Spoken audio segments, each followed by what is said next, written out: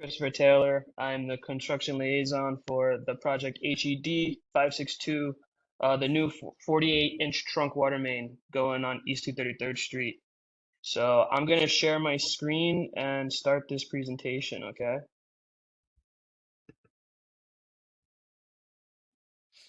One second.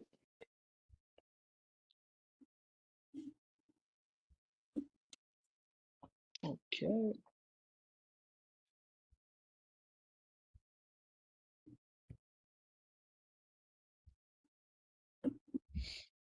Sorry, give me one second.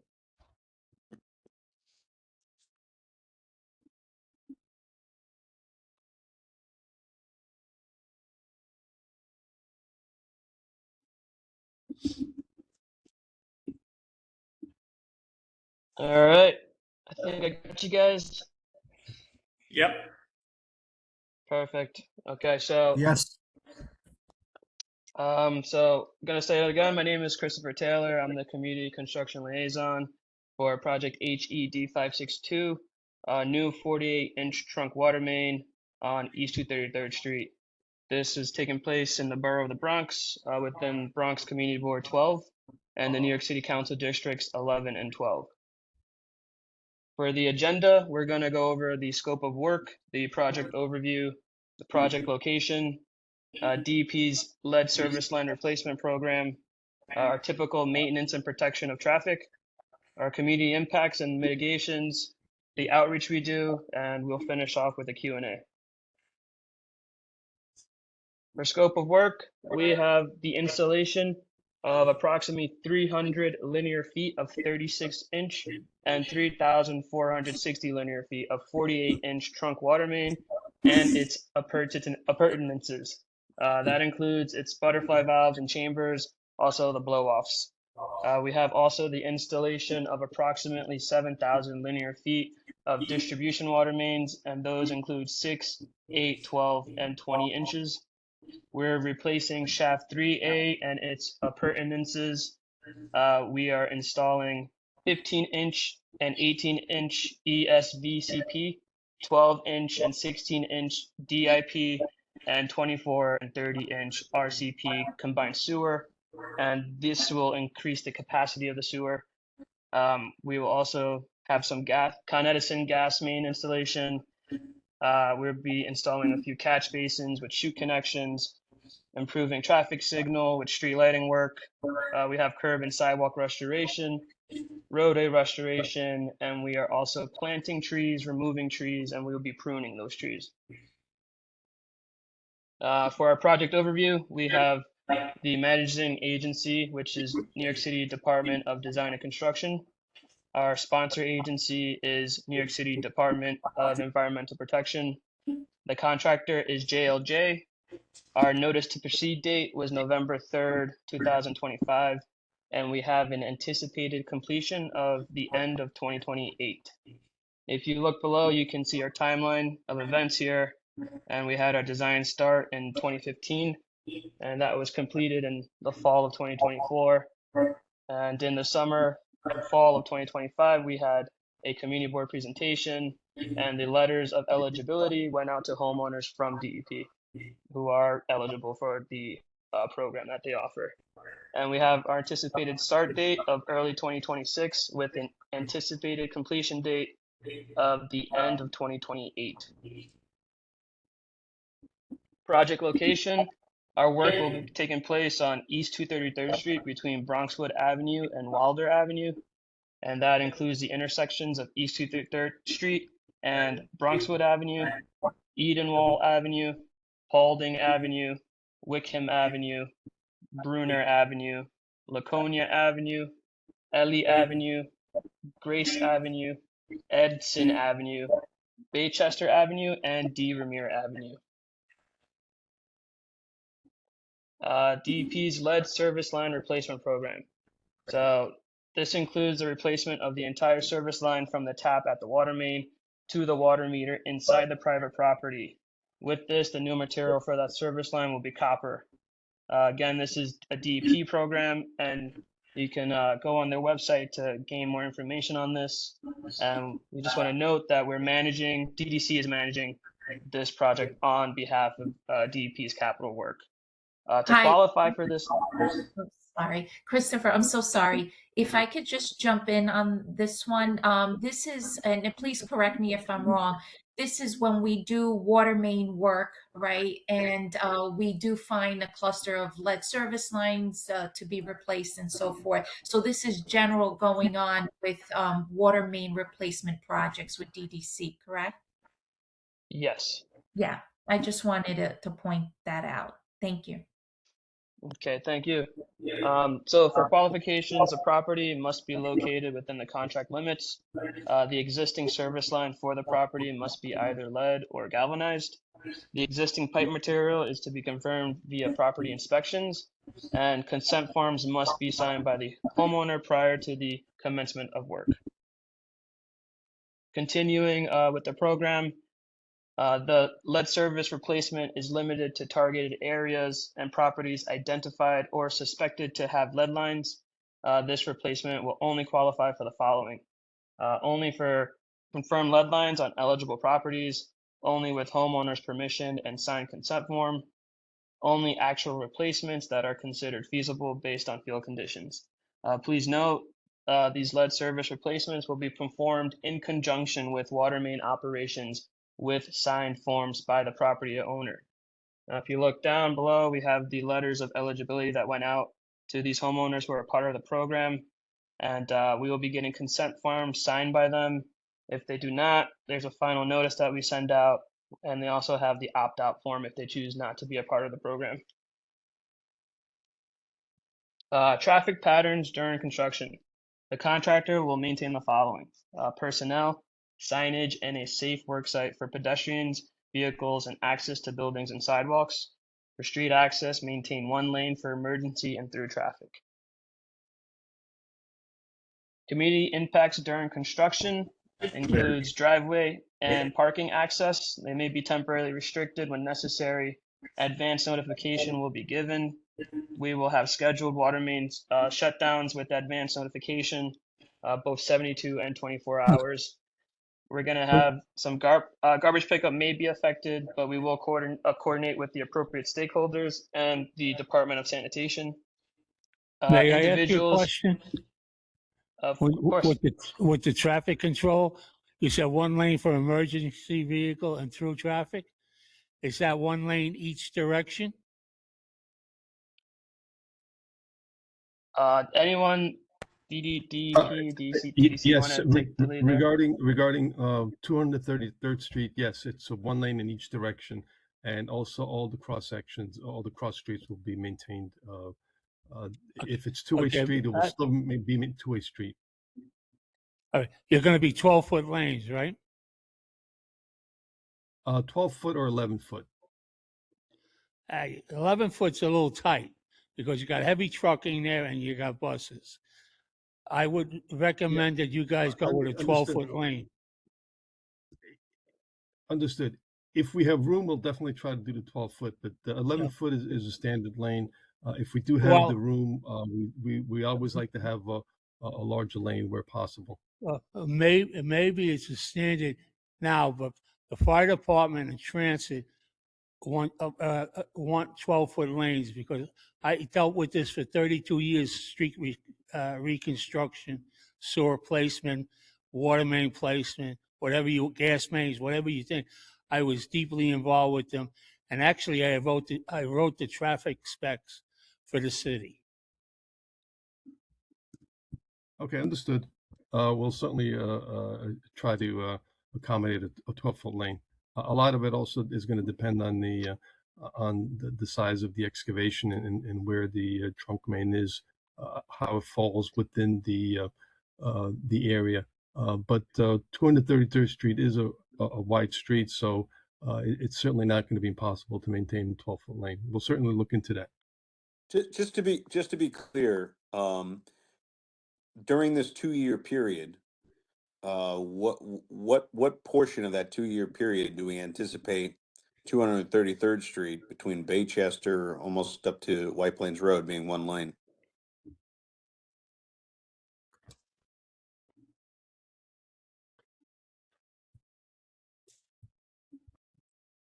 I would I mean, say are we for, talking, yeah, are we talking about 2 years, or are we talking about a couple weeks here and a couple weeks there?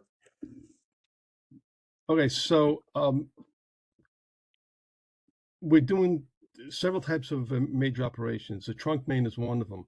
We're also going to be installing sewers and distribution water main. And the way it's going to work is that we're going to be working within segments. So it's not like 233rd Street is going to be completely one way in each direction for the entire length. We're going to maybe start at one end, and as we progress in one direction, as we close up the trench behind us, we'll be moving forward. So it'll be a floating, let's call it a floating A floating contract. area. Let's say typically maybe 200 feet or so. So you have that area that's going to be one lane in each direction, but outside of that, it's going to be regular two-lane traffic. So think of it as a moving operation. So it's not the entire 203rd Street that's going to be worked at any at one time, but little portions, segments at a time. So basically, you're going to do like 1 or 2 blocks at a time and move along. And we finish one block, then you open the next block. Correct. And Okay. we That's would standard start probably, procedure. Yeah. we would start with the, let's say, sewer, work on the sewer. Then we could go back and do water, distribution water main. And the trunk water main would be pretty much one of the last sections of work that we do. And over the 2 year period, when you're doing it piecemeal like that, 200 feet at a time, I would assume when you're done with an area, you put down one of those, giant metal slabs to cover up the hole, and then you dig up the next part, and then I guess when everything is done in 2028 or 2029, that's when you pave the road again. Yeah, we wouldn't necessarily put plates and stuff. What we'll try to do is backfill it and restore with what we call temporary asphalt. So when Temporary pavement. temporary pavement, yeah, yeah, temporary pavement, and then when the entire project is completed, then we'll go back and replace the trenches that were disturbed. Okay, that sounds better.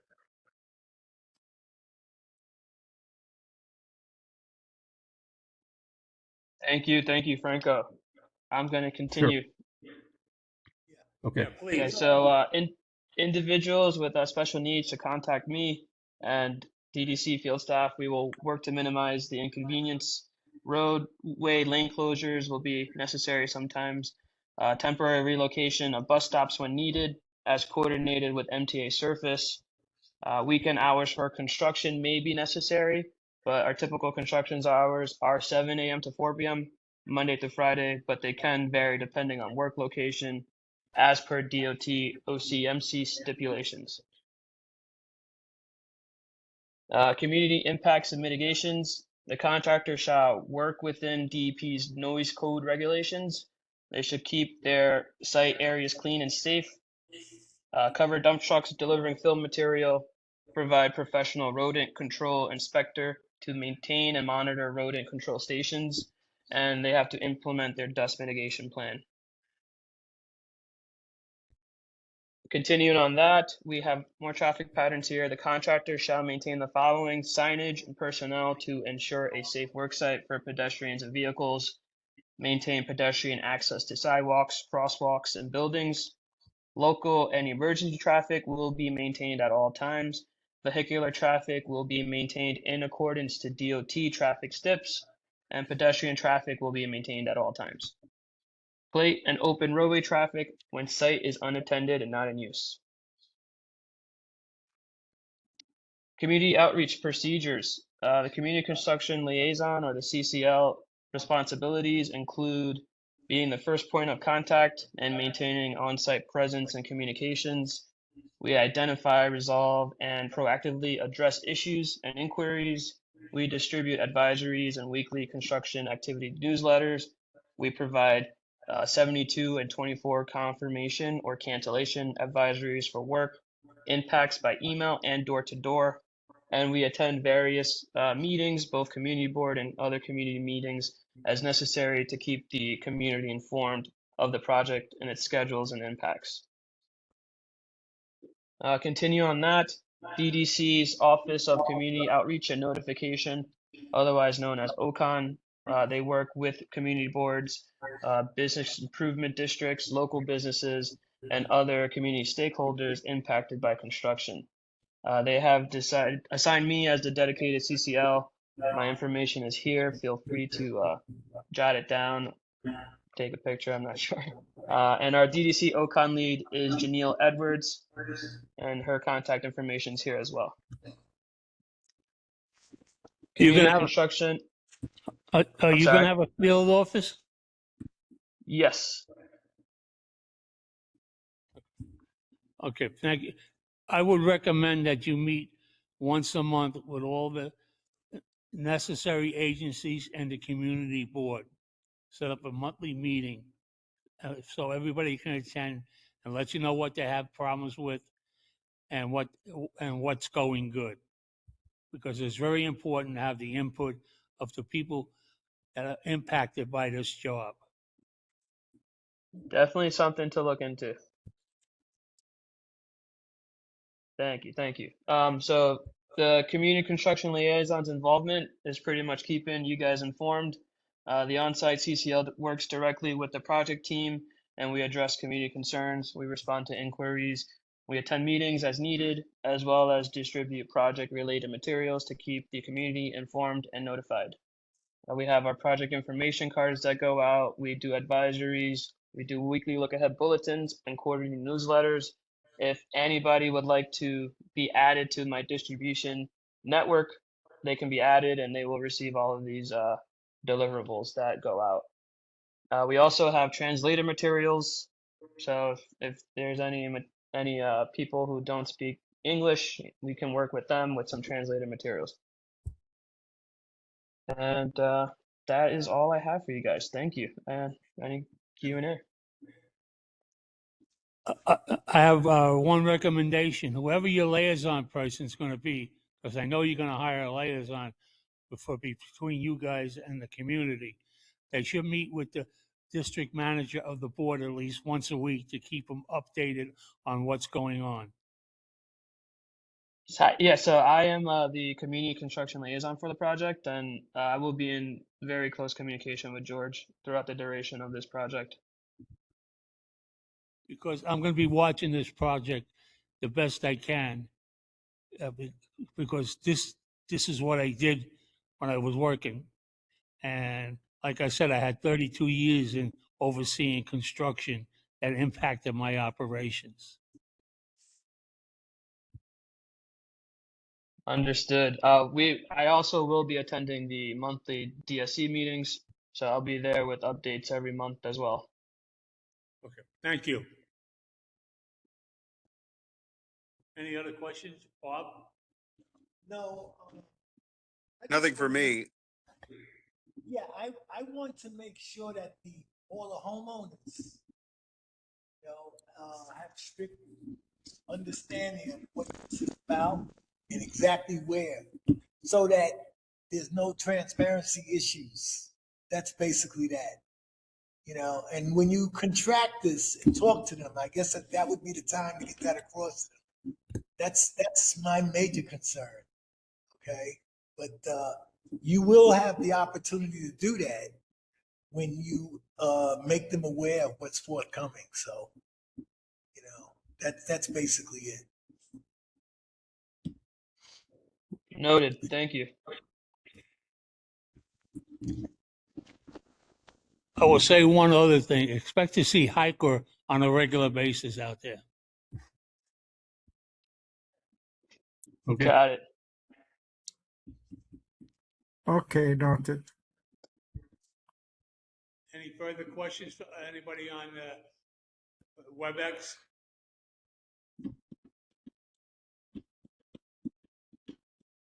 Effie, you have any questions? No, I have no issues and no questions, but Christopher will be the liaison and DDC is a great team. So if there's any issues that come up or anything like that, I'm sure they'll have a great relationship with the board. So no Well, concerns. Effie, you will hear right from me right away. Of course. You have anything to say, B?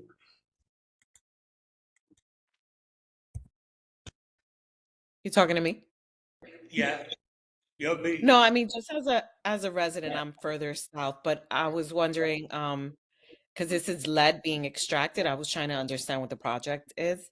Is there any concern of contamination, like in the water No, that? let me explain. Let me explain. There are still quite a few properties within the city that have lead services. So a part of the DEP program is to replace these lead services. In our particular case, we're only replacing lead services that are within the scope of the project. So I don't know how many there are available at this time, but those services are going to be replaced with the standard copper, and the program is at no cost to the property owners, provided that they need to sign the consent forms, because some of this work will be done on their private property. The meter is within the house, so we need access to the basement, and so the property owners need to sign consent forms. So this is a program that DEP has for the entire city, but right now we're working on locations where we have active DDC projects, like a watering project, and that's when we're replacing these lead services. Okay, I have thank you. one other question on the sewers that you're putting in. You're going to put brand new sewers in. You're not going to sleeve them, right? The old Correct. sewer. All the sewers are a replacement. Some are upsized, and they're all replacing, either going to be ESVP pipe or RCP, concrete reinforced pipe. Thank you. And if I may add, Madam Chair, Ms. Beatrice, for the lead service line replacement program, we initially started over a year ago. DP, this is a separate contract from the one we're talking about now. We started. Effie, and sorry to interrupt. I'm no longer chair.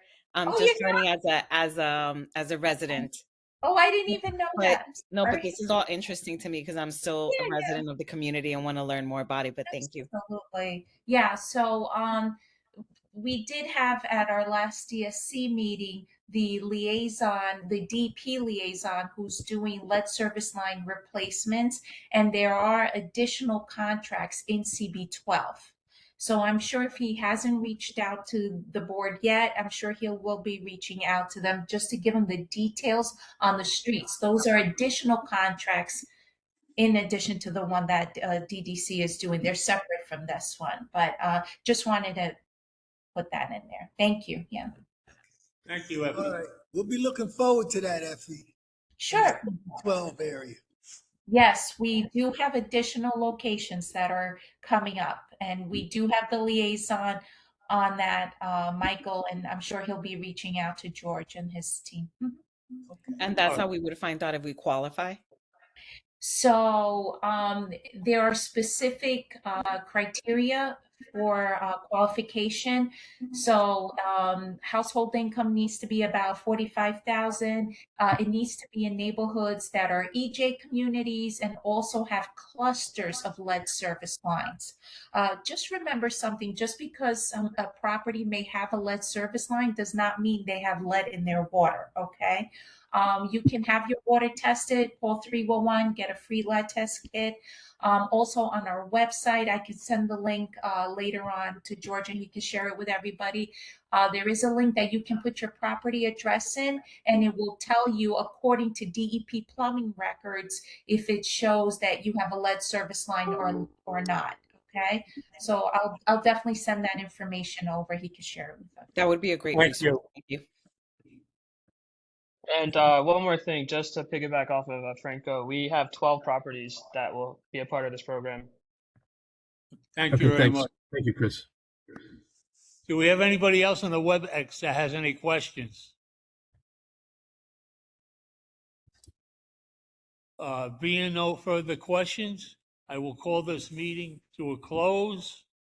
At the time is 19:57. Thank you. Thank you. Thank you. Thank you Thank all. you. Bye bye. Good evening, everyone. Thank Bye. you. Have a good Bye-bye. evening. Thank you. Good evening.